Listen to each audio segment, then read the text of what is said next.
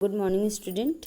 आज हम लोग हिंदी व्याकरण का द्वितीय पाठ वाच्य पढ़ेंगे। वाच्य पढ़ने से पहले हमें कुछ समझना होगा बच्चों। आइए देखिए, यहाँ 3 वाक्य दिया हुआ है और तीनों वाक्य में क्या अंतर है इसे आप देखिए।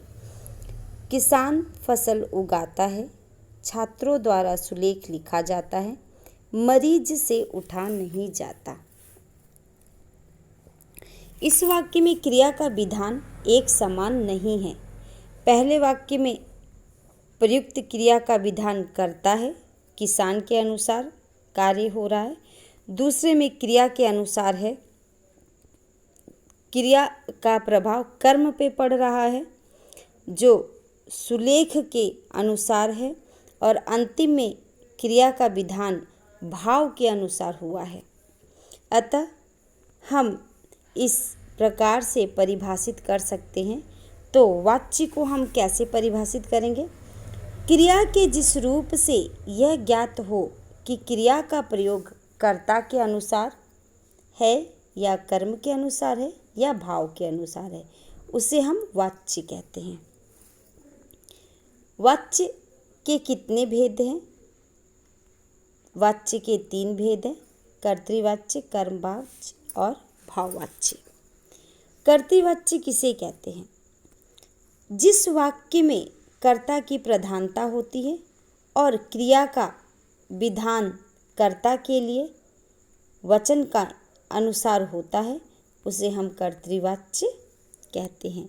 उदाहरण के तौर पे देखिए, कबूतर दाने चुग रहे हैं, लड़के क्रिकेट खेल रहे हैं। उसके बाद देखिए, उपयुक्त वाक्य में को पढ़ने से ज्ञात हो जाता है कि कर्तृवाच्य वाले वाक्य में अकर्मक, सकर्मक दोनों प्रकार की क्रियाएं का प्रयोग किया जा सकता है। ठीक है, याद रखिएगा कि कर्तृवाच्य अकर्मक भी हो सकता है, सकर्मक भी हो सकता है। इस वाक्य में क्रिया का प्रयोग सदैव कर्ता के अनुसार होता है। पहले दोनों वाक्य में क्रिया बहुवचन के रूप में प्रयुक्त है क्योंकि इसमें कर्ता बहुवचन है, तथा अन्य वाक्यों में प्रयुक्त क्रिया एक वचन क्योंकि इसमें कर्ता एक वचन है। क्रिया का प्रयोग कर्ता के लिंग के अनुसार किया जाता है और कर्तृ में कर्ता का प्रधान होता है और कर्म गौण होता है।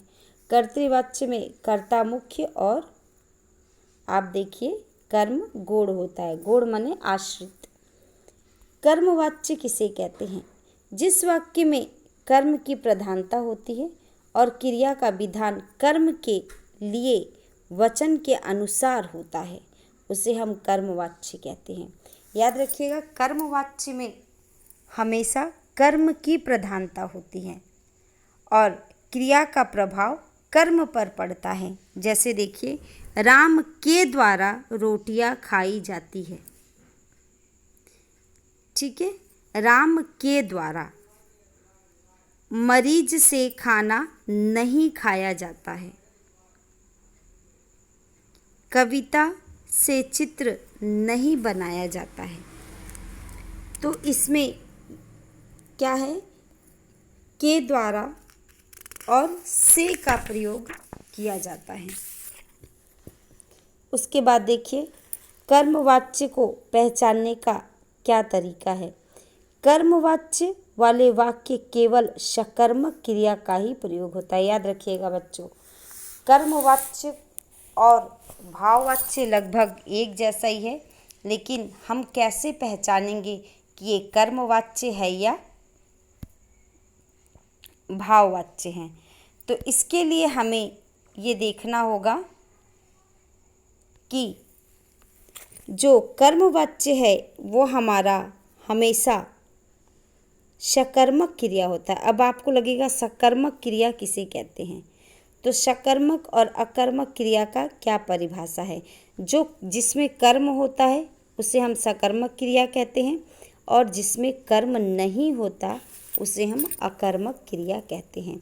तो कर्मवाच्य हमेशा सकर्मक क्रिया में ही कर्मवाच्य होता है। जहाँ कर्म नहीं हुआ वहाँ पे कर्मवाच्य बन ही नहीं सकता। इस बात को आप खास तौर पे ध्यान देंगे। इसके बाद देखिए नेक्स्ट हम कर्मवाच्य को कैसे पहचानेंगे। इस वाक्य में क्रिया का विधान वाक्य के कर्म के अनुसार होता है। ठीक है, जो वाक्य होता है उसका विधान हमेशा कर्म के अनुसार होगा। कर्मवाच्य और में कर्म की प्रधानता होती है और कर्ता गौण होता है, याद रखिएगा। इसमें जो कर्म होता है वो मुख्य होता है और जो कर्ता होता है वो गौण होता है, यानी वो आश्रित होता है। कर्ता का लोप भी कर्मवाच्य में होता है। वो देखिए कैसे। कर्मवाच्य में कुछ वाक्य में कर्ता का लोप हो जाता है। ये वाक्य कर्म के से शुरू होता है और इनकी क्रिया के साथ मुख्य रूप से जा क्रिया की का भूतकालीन रूप लगाया जाता है, जैसे गया है, गई है, गए हैं आदि। कुछ शब्द हम प्रयोग करके उदाहरण के तौर पे आपको बता दें। देखिए पत्र भेज दिया गया है। अब देखिए यहाँ पे जो कर्ता है वो क्या है, गौण है। पत्र भेज दिया गया है, याद रखिएगा ये काम किसी न किसी के द्वारा किया गया है। कर्ता है लेकिन कर्ता यहाँ पे गौण है, छिपा हुआ है। नाश्ता तैयार कर दिया गया है। नाश्ता अपने आप तैयार नहीं हुआ, किसी न किसी के माध्यम से नाश्ता को तैयार किया गया है, लेकिन यहाँ पे प्रमुखता कर्म को दिया गया है, नाश्ता को दिया गया है। ठीक है, नाश्ता बनाने वाले को प्रमुखता नहीं दिया गया है। तो यहाँ पे जो कर्ता है वो क्या है, गौण है, छिपा हुआ है। कर्म का प्रयोग स्थान। आप देखिए कर्म को हम लोग कहाँ कहाँ प्रयोग करते हैं। कर्म का प्रयोग मुख्यतः निम्नलिखित स्थानों पे करते हैं। पहला क्या है, कोई काम अचानक हो जाना, वहाँ पे हम लोग कर्मवाच्य करेंगे। जैसे देखिए गमला गिरकर टूट गया, पत्रिका फट गई। ठीक है, यहाँ पे अचानक काम हो गया और ये किसी न किसी के द्वारा किया गया है, लेकिन किसके द्वारा किया गया ये प्रमुखता नहीं है। लेकिन क्या प्रमुखता है कि गमला टूट गया, पत्रिका फट गई। तो गमला, पत्रिका ये कर्ता नहीं है, ये सब कर्म है। कर्ता कोई सरकारी संस्था का हो, योजनाएं बनाई जा रही है। अब देखिए सरकार के द्वारा योजना बनाई जा रही है, लेकिन यहाँ पे सरकार जो है, कर्ता जो है वो लोप हो गया है। ठीक है, न्यायालय आदि के आदेश देते समय, जब न्यायालय से हमें आदेश मिलता है, जैसे कि देखिए कैदी को सामने लाया जाए, तो ये आदेश दिया गया, ये जज के द्वारा दिया गया, लेकिन यहाँ पे जो आदेश देने वाला है वो लोप है। कर्ता अज्ञात होने या उसका उल्लेख करना आवश्यक न होने पर सफाई करवा दी गई है। काम करवा दिया गया है तो सफाई खुद से नहीं हुआ, किसी न किसी के द्वारा ये सफाई करवाया गया है। तो यहाँ पे कर्ता लोप है, नगर पालिका के द्वारा सफाई करवा दी गई है। ठीक है, तो सफाई हो गई है, जो कर्म है वो हो गया है, लेकिन यहाँ पे कर्ता का लोप है। उसके बाद देखिए कर्मवाच्य को आप पहचानेंगे कैसे। कर्मवाच्य को पहचानने का तरीका देखिए। प्राय कर्मवाच्य में कर्ता के बाद से, के द्वारा या द्वारा का प्रयोग होता है, याद रखिएगा। और एक बात, जैसे बच्चे से फल नहीं खाया गया। ठीक है, इसमें कर्ता से, ठीक है, यहाँ से लगाया गया है। चित्रकार के द्वारा, अध्यापिका द्वारा। ठीक है, उसके बाद देखिए कुछ वाक्यों में कर्ता का लोप देखा जा सकता है, जैसे कि चिट्ठियाँ भेज दी गई है, मजदूरों का हिसाब कर दिया गया है, यहाँ पे कर्ता लोप है। ठीक है, क्रिया में एक से अधिक पद होते हैं। जाना या जा की विभिन्न रूपों का प्रयोग होता है। जाना भी हो सकता है या जा भी हो सकता है। वाक्य का उद्देश्य कर्म होता है। यहाँ पे वाक्य को जब हम देखेंगे तो वहाँ पे उसका उद्देश्य क्या हो जाएगा, कर्म हो जाएगा। आइए बच्चों भाववाच्य देखते हैं। भाववाच्य किसे कहते हैं। जिस वाक्य में कर्ता और कर्म दोनों ही गौण हो तथा भाव की प्रमुखता हो, जहाँ पे न कर्ता कार्य करे न कर्म काम करता है, जहाँ भाव प्रमुख हो जाता है, वहाँ पे उस क्रिया के विधान के भाव के अनुसार होता है और वो क्रिया, उस क्रिया को हम क्या कहते हैं? भाववाच्य कहते हैं। जैसे देखिए, पक्षियों से उड़ा जाता है, वृद्धा से चला नहीं जाता, मोटे आदमी से दौड़ा नहीं जाता। इसके बाद देखिए, उपयुक्त वाक्य को हम देखते हैं। भाववाच्य में सदैव अकर्मक क्रिया का प्रयोग किया जाता है। बच्चों, सबसे आसान तरीका है अकर्मक सकर्मक क्रिया। यदि आपको पता है तो आप बहुत आराम से कर्मवाच्य और भाववाच्य को पहचान जाएंगे। यदि अकर्मक सकर्मक क्रिया में संदेह है बच्चों, तो आपको पहचानने में परेशानी होगी। तो मैं अकर्मक और सकर्मक क्रिया को बता दूं, जिसमें कर्म होता है, कर्म यानी ऑब्जेक्ट, जहाँ कर्म होता है वो होता है सकर्मक क्रिया, और जहाँ कर्म नहीं होता वो होता है अकर्मक क्रिया। जैसे राम खाना खाता है, तो आप क्या है इसमें? खाना, भाई यहाँ क्रिया हो गया, कर्ता हो गया राम, क्रिया हो गया खाता है, और कर्म हो गया खाना। तो यदि हम कहते हैं राम खाता है, तो यहाँ पे देख लीजिए, यहाँ क्रिया है और कर्ता है, कर्म नहीं है। तो जहाँ कर्म नहीं होता है वहाँ पे वो अकर्मक क्रिया है, और जहाँ कर्म होता है वहाँ सकर्मक क्रिया होता है। तो याद रखिएगा, कर्म वाच्य हमेशा सकर्मक क्रिया बनाता है और भाववाच्य हमेशा अकर्मक क्रिया से बनता है। ठीक है। उसके बाद देखिए, इसमें क्रिया के भाव की प्रमुखता होती है। वाक्य पढ़ने से ही पता चल जाएगा कि यहाँ पे भाव सबको महत्व दिया गया है।